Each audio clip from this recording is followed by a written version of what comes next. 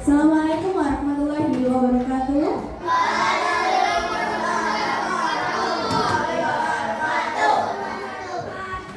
Gimana kabarnya hari ini? Baik, sehat semua? Ini Ibu lihat sepertinya lengkap ya, nggak ada yang izin sakit ataupun izin ada kepentingan keluarga. Benar? Alhamdulillah. Oke, hari ini kita akan belajar materi IPAS. Nah, sebelum kita belajar materi IPAS, Ibu mau tanya, coba Farhan, dimatikan lampunya. Dimatikan lampu dimatikan orang. Oke, nah sekarang kondisinya ini seperti apa? Gelap. Oke, sekarang coba dihidupkan lagi Farhan. Oke, nah sekarang terang. Nah, kira-kira apa yang membuat kita bisa melihat gelap terang? Apa? Mata. Lampu. Terus mata. Terus cahaya. Ada apa lagi? Nah, yang membuat kita bisa melihat itu benar. Yang membuat kita bisa melihat gelap dan terang itu karena adanya cahaya. Kalau ada cahaya, kalau tidak ada cahaya, walaupun kita punya mata, apakah bisa melihat? Tidak. Nah, hari ini kita akan bahas tentang cahaya. Nah, sebelumnya ini kita flashback ya. Gimana sih para ilmuwan dulu itu kok bisa nemu cahaya, diistilahkan ini sebagai cahaya.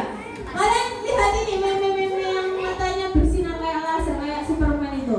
Pernah lihat? Nah, jadi dulu orang-orang itu, para ilmuwan itu menganggap bahwasanya mata kita bisa melihat karena mata kita yang mengeluarkan cahaya. Mengeluarkan cahaya. Bisanya gitu dulu kata ilmuwan. Sampai suatu saat ada ilmuwan Islam, kalian harus bangga, Islam dulu sangat berjaya ya. Namanya Ibnu Al-Haytham, itu mengatakan dia mengoreksi konsep dari Ptolemeus sama Euclides tentang penglihatan. Jadi Ptolemeus sama Euclides ini ilmuwan dari Yunani. Dia mengoreksi nih, Ibnu Al-Haytham ini mengoreksi bahwasanya bukan mata kita yang mengeluarkan cahaya lah. Kok keren gak mata kita sih mengeluarkan cahaya ya?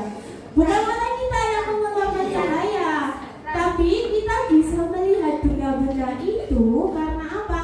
Karena benda itu memantulkan cahaya yang masuk ke mata kita. Jadi mata kita itu bukan yang mengeluarkan cahaya, tapi yang menerima cahaya, sehingga kita bisa lihat benda-benda. Nah, kita coba lihat videonya dulu ya. Kita kenalan dulu sama ilmuwannya.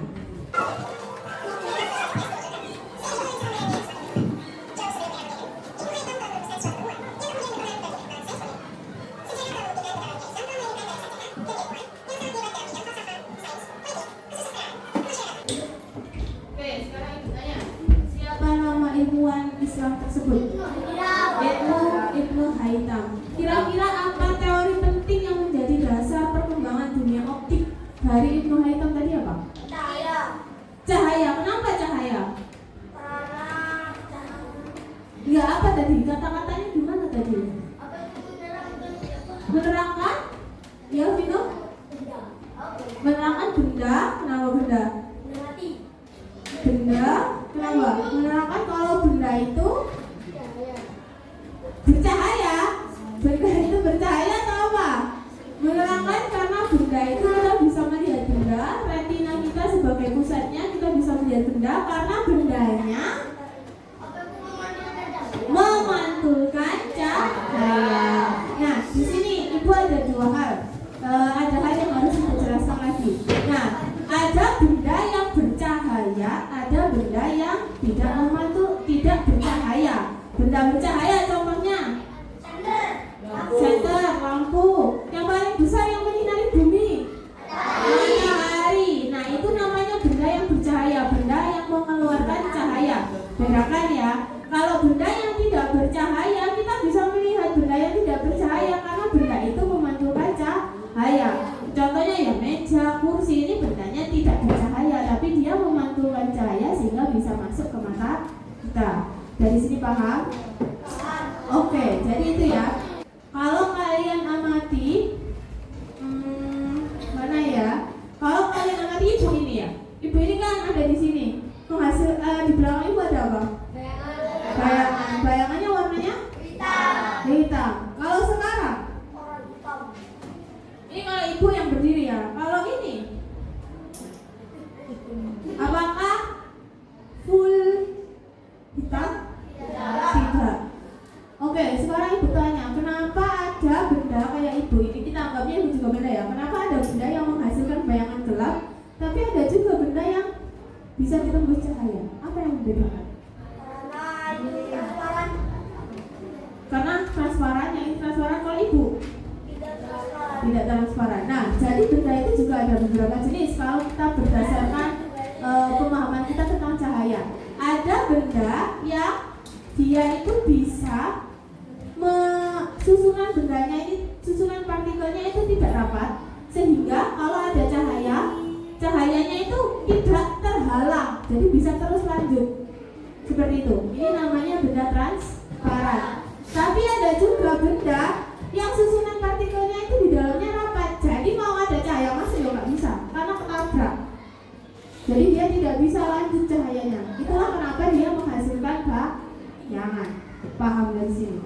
Oke, sekarang kalau ibu tanya, apa ya? Oh ya, kalau ini kira-kira akan membentuk bayang atau tidak? Akan membentuk bayangan atau tidak? Akan membentuk bayangan. Kita berikan ya, lihat dia membentuk bayangan. Oke, sekarang kalau ibu tanya bagaimana dengan ini, akan membentuk bayangan atau tidak? Ya, akan membentuk bayangan. Betul sekali. Sekarang kalau kita coba dengan ini, akan membentuk bayangan atau tidak? Akan membentuk bayangan, tapi tidak sepenuhnya ya, karena kita lihat masih ada bisa cahaya yang diteruskan. Kalian lihat itu kan masih ada cahaya yang diteruskan. Oke, sampai sini paham ya? Berarti kalau benda itu ada yang bisa ditembus cahaya, ada yang tidak bisa ditembus cahaya. Nah, hari ini kita akan melakukan beberapa percobaan. Kita belajar cahayanya, kita akan mengeksplorasi sifat-sifat cahaya dengan beberapa tujuan pembelajaran. Yang pertama, kita akan melakukan percobaan sederhana terkait sifat-sifat cahaya. Yang kedua, nanti kalian harus bisa menjelaskan 4 sifat cahaya yang sudah kalian pelajari. Dan yang ketiga adalah mengkomunikasikan hasil percobaan. Nah, bagaimana kita akan belajar? Sekarang kita lihat lagi. Kalau kalian lihat, apakah pensilnya benar-benar patah atau mata kalian yang salah?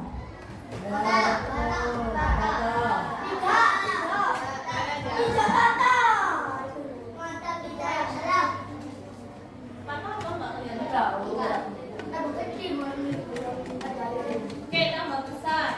Tapi kira-kira tambah besar ya. Menurut Zafran gimana? Patah, tambah besar, atau bagaimana? Kalau kata Vino tambah besar. Kalau menurut Zafran? Tambah besar. Oke, sekarang coba yang perempuan lihat. Patah atau tambah besar? Tambah besar ya. Tambah besar ya. Nah, sebenarnya ini tambah besar atau mata kalian yang salah lihat? Mata kita. Apakah pensilnya ukurannya beda yang atas sama yang bawah? Enggak kan? Sama. Kok kalian lihatnya tambah besar? Karena air di dalam. Apakah mata kalian yang salah? Mata kita yang salah. Nah, jadi nanti kalau dalam sebuah percobaan ada namanya bias atau ketidakpastian dan ada juga error. Jadi di dalam sains atau ilmu pengetahuan, kalau nanti bisa kalian melakukan percobaan, apakah ilmuwan itu dalam melakukan percobaan selalu berhasil? Tidak. Kalian juga nanti kalau kalian melakukan sebuah percobaan, ternyata hasilnya, tuliskan hasilnya yang sesuai. Masalah nanti berhasil atau tidak itu tidak masalah. Kenapa di sains tidak masalah kalau kalian gagal atau kalau kalian salah? Jadi kalau kalian melakukan sebuah percobaan ternyata gagal, ternyata salah. Kenapa kalau di IPA hal itu bukan menjadi sebuah masalah? Karena itu adalah sebuah percobaan. Percobaan terus benar karena sebuah percobaan terus kenapa? Karena kita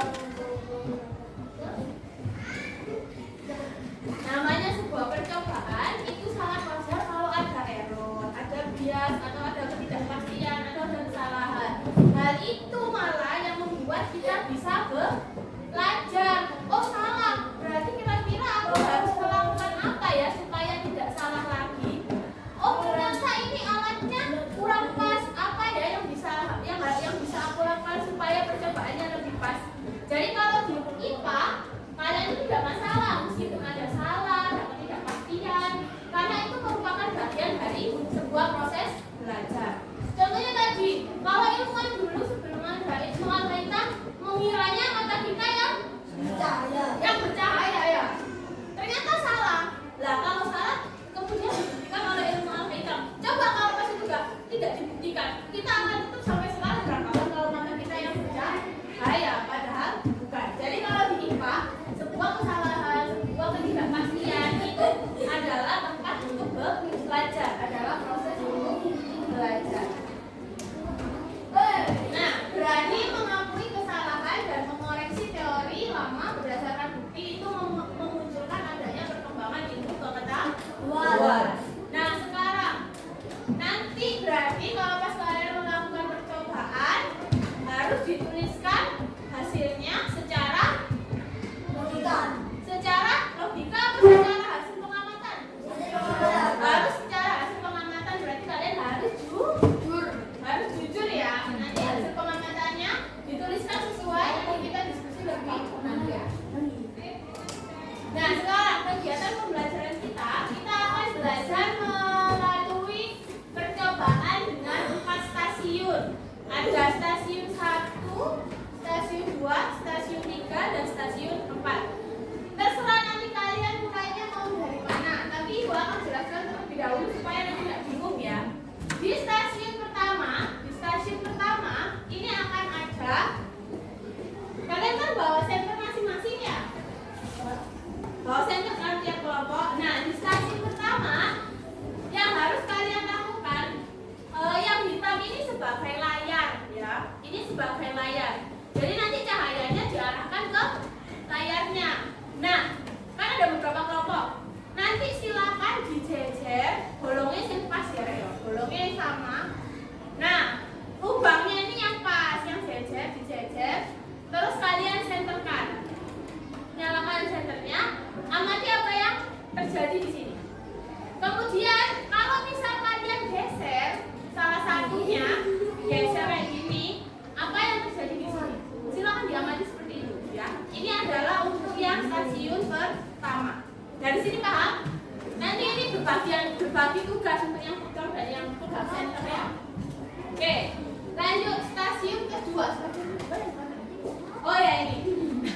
Kalau di stasiun kedua, ini gambarnya untuk memudahkan, tapi jangan dijejer langsung 3 ya. Satu-satu. Jadi pertama kalian ambil Mika, mana ya?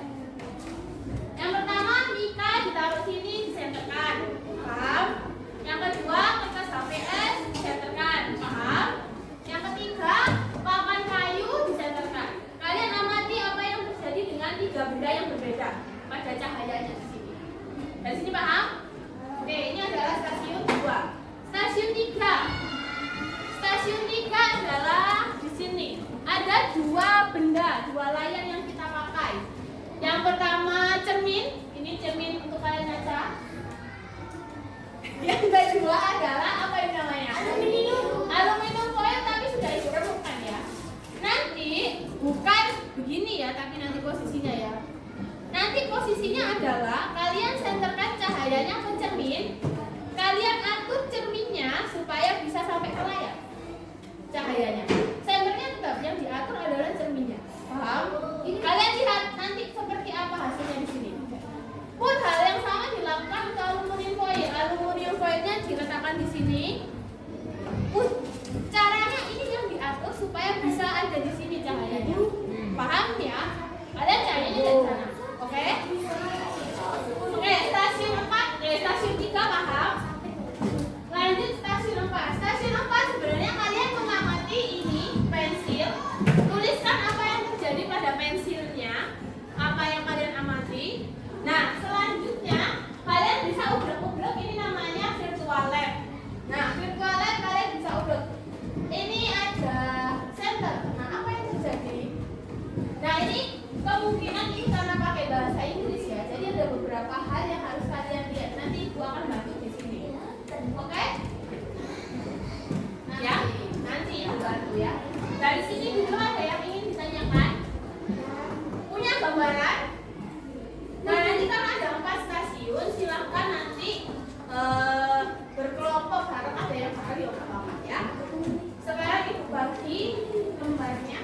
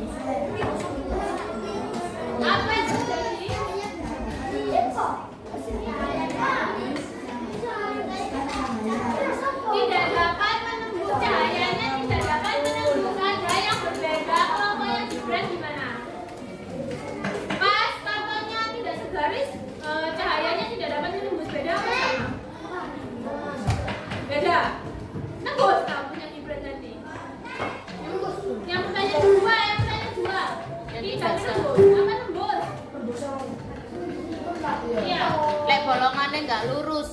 Kalau bolongannya nggak lurus, pertanyaan kedua ini loh. Oke, sekarang semuanya dilihat. Kalau kita nyenterkan, kalau kita nyalakan senter ke sini, boleh minta bantuan satu senter sini. Ini yang nyenterkan. Nah, kalau segaris apa yang terlihat di layar? Cahayanya kelihatan nggak? Kelihatan nggak? Kalau nggak segaris, apa yang terjadi? Oke, sekarang penjelasannya ya. Kesimpulannya apa? Cahaya merambat lurus. Oke. Sekarang kita lihat penjelasannya ya. Jadi kalau kita punya karton, kita kan punya karton. Dirubah nih, dikasih cahaya. Coba, cahayanya masuk sini. Terus ini ada layar. Berkat cahayanya kelihatannya begini kan? Nah, kalau yang tergantang dengan kartu, apakah di sini ada cahayanya? Enggak. Tapi kalau yang ada lubangnya, apakah di sini ada cahayanya? Nah, berarti cahaya itu merambatnya ke lubang. Yang di lubang terus saja. Yang di lubang kan dalam. Nah, dari sini kita tahu kalau cahaya itu punya sifat apa? Merambat, lurus. Jadi kalau dia akan lurus, loh, makanya kelihatan di sini. Kalau ini dia kan akan menghalang kardusnya.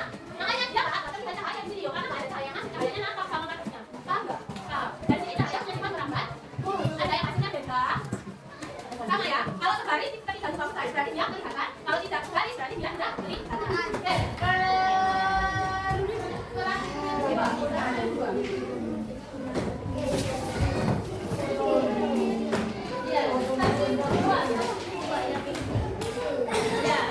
Yang keras ya.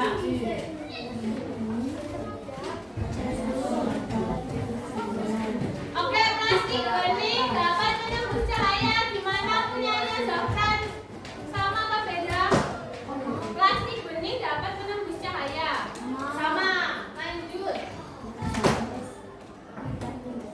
Kertas HVS tidak menembus cahaya, sama enggak Dino? Oke, lanjut. Papan kayu tebal tidak menembus cahaya, sama enggak kelompoknya Aira? Sama. Oke, berarti dari sini kita ketahui bahwasannya cahaya bisa menembus Mika itu bening apa enggak?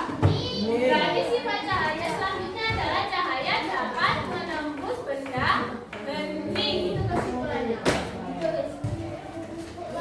Lanjut sekarang ya, siapa yang mau kelompok mana? Oh, kita kasih plus ke kelompok 1. Mana tepuk tangannya?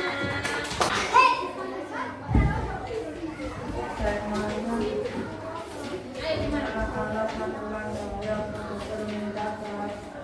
Pantulan pada cermin itu. Pantulan pada cermin sudah jelas bagaimana kelompoknya Vino. Pada cermin datar gimana? Oke, pada cermin datar, mantul, dan kelihatan, kalian kelihatan kan? Kelihatan? Mantul, ini cuma satu garis ya. Jadi loh, pantulannya cuma satu garis. Tapi apa yang dimaksud mantul? Ini kan itu harusnya berapa tuh sana loh. Harusnya kan sana itu, sana loh. Tapi ternyata cahayanya juga bisa ke sini berarti sifat. Tuh kan, dari sini mantul ke sini. Paham? Ini namanya berarti cahaya bisa sifat. Ya. Kalau kan dari sini datar kan bisa lihat kalau pantulannya itu jelas ya kan? Oke, sekarang nanti kalian coba. Mama kalau pakai cahaya orang ini banyak yang kalau ini Nah, kalau aku itu poin pantulannya lebih banyak lebih banyak. Ini ada berapa kertas cahaya? Satu cahaya. Mantul nggak? Ada nggak di papan? Mantul nggak? Mantul kan bagaimana pantulannya? Enggak. Nah, sekarang terima kasih. Kesimpulannya apa? cahaya apa sih menurutkan cahaya? Iya, cahaya memantul. Oke, terima kasih kasih kelompoknya Zafran. Nah, apa yang sebenarnya terjadi? Kalau cermin data, kita dapat ya. Coba ya, ada sinar data, dia dipantulan ke sini. Mantulah, yang mantul ke sini. Paham ya? Ini adalah kalau pada cermin data, kalau pada permukaan data. Dan sekarang bedanya cermin data sama aluminium foil apa yang tadi? Itu juga. Nah, kalau aluminium foil permukaannya data enggak? Permukaannya ini ya, beda model permukaannya kasar. Nah, apa yang terjadi pada cahaya? Cahayanya datang. Cahayanya datang nih, ada cahaya datang. Nah, harusnya dipantulkan. Nah, apa yang terjadi? Dipantulkannya kan ke sini. Oh, ke sini, nanti lagi sini akhirnya.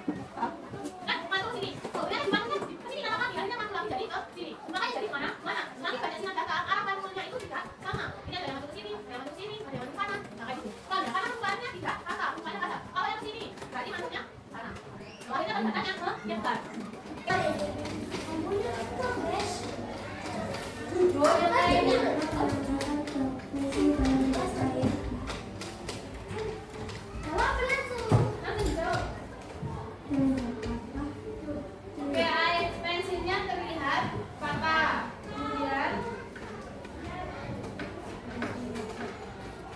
peristiwa atau apa yang terjadi saat cahaya dipindahkan dari udara ke air.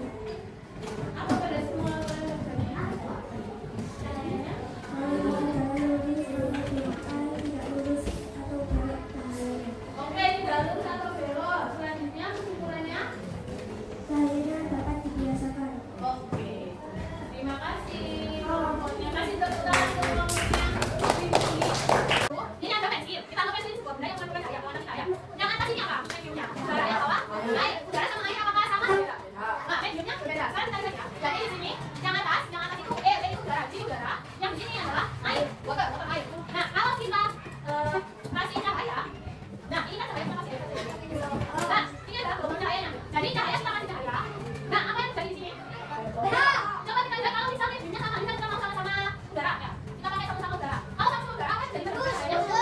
Nah, kalau sama-sama air, kalau satunya air apa yang jadi? Belok. Nah, jadi cahaya itu akan belok, bisa dibelokkan asalkan apa tadi? Pada air dan oke, kalau kita coba, kalau ininya udara sama ininya gelas, apa yang jadi? Belok juga. Jadi kalau mediumnya beda, jadi di sini udara, di sini air, di sini udara, di sini gelas, itu udah cahayanya akan belok ya kan? Berarti udara itu bisa dibelokkan asalkan apa yang dibutuhkan? Ya, air udara asalkan melewati dua medium yang berbeda. Apakah harus selalu udara dan air? Enggak, ini yang udara dan kaca juga akan dibelokkan ya. Jadi cahaya dapat dibelokkan jika melewati dua medium yang berbeda. Oke, sekarang ditanya apakah ada yang mengalami kendala tadi? Tidak ada yang mengalami kendala. Berarti semuanya berjalan dengan lancar ya. Simpulkan sifat cahaya dari stasiun 1 bahwasanya cahaya itu apa? Merambat lurus. Yang kedua, Dodi, sifat cahayanya bisa apa ya Dodi? Dari stasiun 2 yang itu, yang pakai kaca cermin sama pakai aluminium foil, kita bisa simpulkan bahwa cahaya punya sifat dapat dipantulkan. Lanjut. Nah, kalau dari stasiun 4 kita tahu kalau sifat cahaya itu dapat bukan cahayanya yang patah, tapi cahayanya dibiaskan atau dibelokkan sehingga bendanya terlihat patah, gitu ya.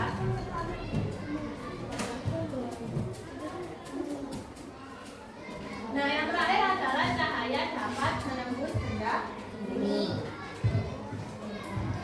Oke, sekarang ibu tanya. Sekarang ibu tanya. Kita di dunia ini dapat cahayanya dari mana? Ada yang mau ditanyakan dulu nggak kalian? Oke. Nah, sekarang di atas rumah kita ada apa? Atap.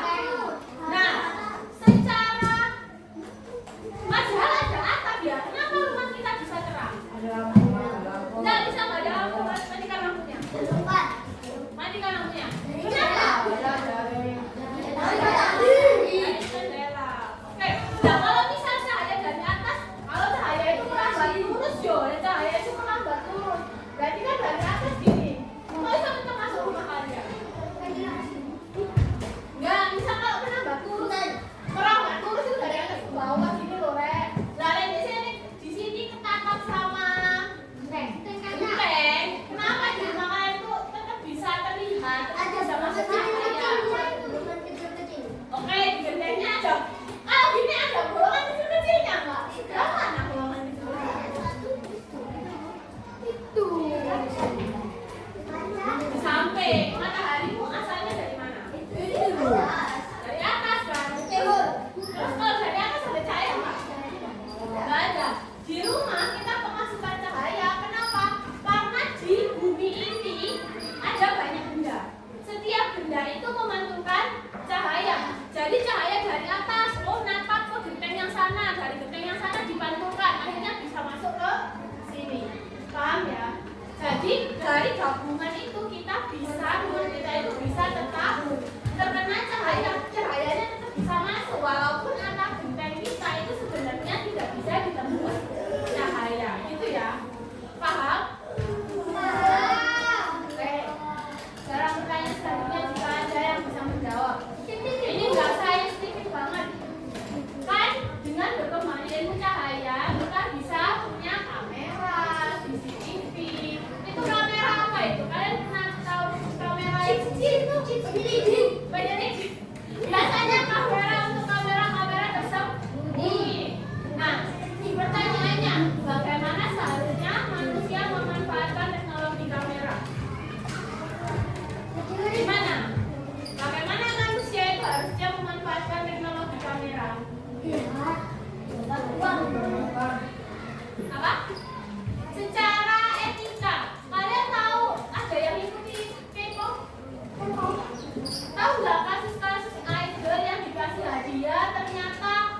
di hadiahnya itu ada kamera tersembunyi. Itu boleh nggak? Kenapa itu nggak boleh?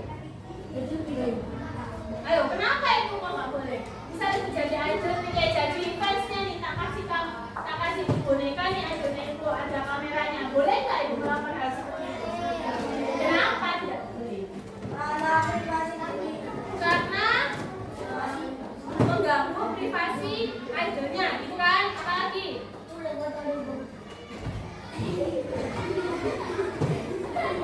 Ayo,